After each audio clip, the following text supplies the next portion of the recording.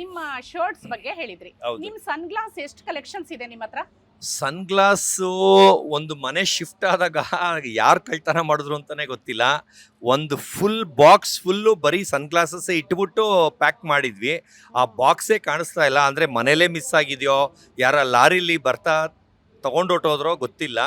ಈಗ ಸ್ವಲ್ಪ ಕಡಿಮೆ ಆಗೋಗಿದೆ. ಅದಕ್ಕಿಂತ ಮುಂಚೆ 2 ವರ್ಷದ ಮುಂಚೆ ತುಂಬ ಜಾಸ್ತಿ ಇತ್ತು. ಇವಾಗ ನನ್ನ ಮಗ ಅದನ್ನು ಹುಡ್ಕೋಡು ಅಂತವನೇ. ನನಗೂ ಪುರ್ಸೊತ್ತಾಗ್ತಿಲ್ಲ. ಅಂದರೆ ಮನೇಲೇ ಇದೆಯೋ, ಅಟ್ಟದ ಮೇಲೆ ಇದೆಯೋ, ಮಂಚದ ಕೆಳಗಿದೆಯೋ, ಎಲ್ಲಿದೆ ಅಂತಲೇ ಗೊತ್ತಿಲ್ಲ. ಆದರೆ ಇವತ್ತವರೆಗೂ ಸಿಕ್ಕಿಲ್ಲ. ಅಷ್ಟೊಂದು ಗ್ಲಾಸು ಮಿಸ್ಸಿಂಗ್ ಆಗಿದೆ. ಓಕೆ. ಈ ಬಿಗ್ ಬಾಸ್ ಆದ್ಮೇಲೆ ಬಹಳ ಟ್ರೋಲ್ ಆದ್ರಿ. ಹೌದು. ಟ್ರೋಲ್ಗಿಂತ ಜನರು ನಿಮ್ಮನ್ನ ಬಹಳ ಅಂದ್ರೆ ತುಂಬಾ ಕಂಡಿಡಿಯಕ್ಕೆ ಸ್ಟಾರ್ಟ್ ಆದ್ರು. ಮುಂಚೆ ನೀವು ಇದ್ರಿ ಫೀಲ್ಡ್ ಅಲ್ಲಿ, ಆದ್ರೆ ಅಷ್ಟಾಗಿ ಕಂಡಿಡಿತಾ ಇರ್ಲಿಲ್ಲ. ಇದು ನಿಮ್ಮ ಫ್ಯಾಷನ್ ಸೆನ್ಸ್ ಇಂದ ಕಂಡಿಡಿತಿದಾರಾ ಅಥವಾ ಬಿಗ್ ಬಾಸ್ ಇಂದ ಕಂಡಿಡಿತಿದಾರಾ? ನನ್ನ ಫ್ಯಾಷನ್ ಸೆನ್ಸಿಂದ 1,00,000 ಜನ ಮಧ್ಯ ನಾನು, ನನ್ನ ಮಗ ಆಗಲಿ, ನಾನೇ ಆಗಲಿ, ಎಲ್ಲೇ ಹೋದ್ರೂ ನಾವು ಅಷ್ಟು ಎದ್ದು ಕಾಣ್ತೀವಿ ಅಂತ. ಆಮೇಲೆ ಬಿಗ್ ಬಾಸಲ್ಲಿ ಇನ್ನೊಬ್ರು ಕ್ಯಾಂಡಿಡೇಟು, ಅವ್ರು ಹೋದ್ರೆ ಸತ್ತೆಣ ಥರ ಇರುತ್ತೆ. 1,00,000 ಜನ ಮಧ್ಯೆ ಇದ್ರು ಒಳ್ಳೆ ಸತೋದಂಗೆ ಕಾಣಿಸ್ತಾರೆ. ನೀವು ಬಂದರೆ ಹಂಗೆ ಹೈಲೈಟಾಗಿ ಕಾಣಿಸ್ತೀರಾ ಅಂತ ಎಲ್ಲ ತುಂಬ ಜನ ಹೇಳಿದ್ದಾರೆ.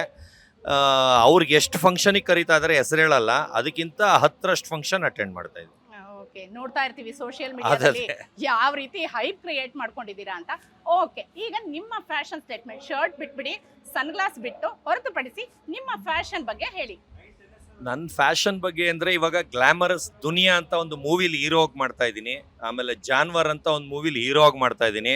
ಅದರಲ್ಲಿ ಫುಲ್ಲು ನನಗೆ ಬಿಟ್ಬಿಟ್ಟಿದ್ದಾರೆ. ಡ್ರೆಸ್ಸಿಂಗ್ ಸೆನ್ಸ್ಗೆ ನನಗೆ ಬಿಟ್ಬಿಟ್ಟಿದ್ದಾರೆ ಡೈರೆಕ್ಟ್ರು. ನಾವು ನಿಮ್ಮ ಮಾತ್ರ ಏನು ಹೇಳಲ್ಲ. ನಿಮ್ಮದು ಏನು ಬಟ್ಟೆ ಇದೆ, ನಿಮ್ದು ಏನು ಸ್ಟೈಲ್ ಇದೆ, ನೀವೇ ಓನ್ ಸ್ಟೈಲ್ ಮಾಡಿ, ನೀವು ಇದರಲ್ಲೇ ತುಂಬ ಎದ್ದು ಕಾಣಿಸ್ತೀರಾ ಅಂತ.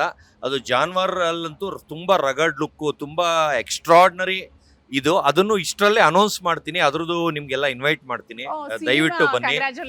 Thank you. ಅದು ಬಿಟ್ಟು ನನ್ನ ಮಗಂದೊಂದು ಮೂವಿ ಮಾಡ್ತಾ ಇದ್ದೀನಿ, ಅದ್ರ ನೇಮು ಇಷ್ಟರಲ್ಲೇ ರಿಲೀಸ್ ಮಾಡ್ತೀನಿ. ಅವಾಗ ಎಲ್ಲಾರನ್ನು ಇನ್ವೈಟ್ ಮಾಡ್ತೀನಿ, ಎಲ್ಲರೂ ಬರ್ಬೇಕು. ಓಕೆ, ನೀವು ನಿಮ್ಮ ಮಗನ ಬಗ್ಗೆ ಹೇಳಿದ್ರಿ ಅಂತ ನಾನು ಕೇಳ್ತಾ ಇದ್ದೀನಿ. ಒಂದಿಷ್ಟು ಸುದ್ದಿಗಳು ಕೇಳಲ್ಪಟ್ಟಿವಿ, ನಿವೇದಿತಾ ಗೌಡ ಹೀರೋಯಿನ್ ಅಂತ, ಹೌದಾ? ಇಲ್ಲ, ಅದು ಏನಾಯ್ತು, ಟೆನ್ಷನ್ಗೆ ಅವತ್ತು ಇದಕ್ಕೆ ಹೋಗಿದ್ವಿ, ಫಿಲಿಂ ಚೇಂಬರ್ಗೆ. ಸಡನ್ ಆಗಿ ನನಗೆ ಪ್ರಿಯಾಂಕಾ ಇದು ಮಹಾನಟಿಲಿ ಒಬ್ಳು ವಿನ್ನರ್ ಆದ್ರು. ಅವರು ಇಲ್ಲ, ಅವರಿಬ್ರು ಕ್ಯೂಟ್ ಅನ್ಸಿದ್ರು. ಅವ್ರ ಹೈಟ್ ಗೊತ್ತಿರಲಿಲ್ಲ, ಅದಕ್ಕೆ ಅನೌನ್ಸ್ ಮಾಡ್ಬಿಟ್ಟೆ. ಅಂದ್ರೆ ಅವ್ರನ್ನ ಕೇಳೋಣ ಅಂತ ಇದೀನಿ ಅಂತ. ಆಮೇಲೆ ಎಲ್ಲರೂ ಹೇಳಿದ್ರು ಇವ್ರಿಗೆ ಇಷ್ಟಕ್ಕೂ ಬರಲ್ಲ, ಅವರು ಹೈಟ್ ಅಷ್ಟು ಕಡಿಮೆ ಇದ್ದಾರೆ ಅಂತ. ಆ ಕಾರಣದಿಂದ ಬಿಟ್ಬಿಟ್ಟು ಈಗ ಹೊಸಬ್ರನ್ನ ಹುಡುಕ್ತಾ ಇದೀವಿ. ಅದು ಆಡಿಷನ್ ಮಾಡಿ ಈಗ ಬಾಂಬೆಯಲ್ಲಿ ಟ್ರೈ ಮಾಡ್ತಾ ಇದೀವಿ, ಹೈಟ್ ಇರೋರು. ಯಾಕಂದ್ರೆ ಇಲ್ಲಿ ಯಾರು ಸಿಗ್ತಾ ಇಲ್ಲ. ಮೊನ್ನೆ ಮೈಸೂರಿಗೆ ಹೋದಾಗ ಅಲ್ಲೊಂದು ಸ್ವಲ್ಪ ಟ್ರೈ ಮಾಡಿದ್ವಿ. ಅಲ್ಲೆಲ್ಲ 3.5 ಅಡಿ 4 ಅಡಿನೇ ಲಾಸ್ಟ್ ಇದ್ದಾರೆ, ಹೈಟೇ ಇಲ್ಲ ಎಲ್ಲ. ಅದರಿಂದ ಸ್ವಲ್ಪ ಬಾಂಬೆ ಸೈಡ್ ಹುಡುಕಾನ ಅಂತ. ಯಾಕಂದ್ರೆ ಇವ್ನ ಹೈಟ್ಗೆ ಮ್ಯಾಚ್ ಆಗ್ಬೇಕಲ್ಲ, ಅದಕ್ಕೆ ಹೊಸ ಹೀರೋಯಿನ್ನೇ ಹುಡುಕ್ತಾ ಇದೀವಿ. ಇಂಟ್ರೆಸ್ಟಿಂಗ್ ಮತ್ತು ಇನ್ಫಾರ್ಮೇಟಿವ್ ವಿಡಿಯೋಗಳನ್ನ ಮಿಸ್ ಮಾಡ್ಕೋಬೇಡಿ. ಈಗಲೇ ಸಬ್ಸ್ಕ್ರೈಬ್ ಮಾಡಿ.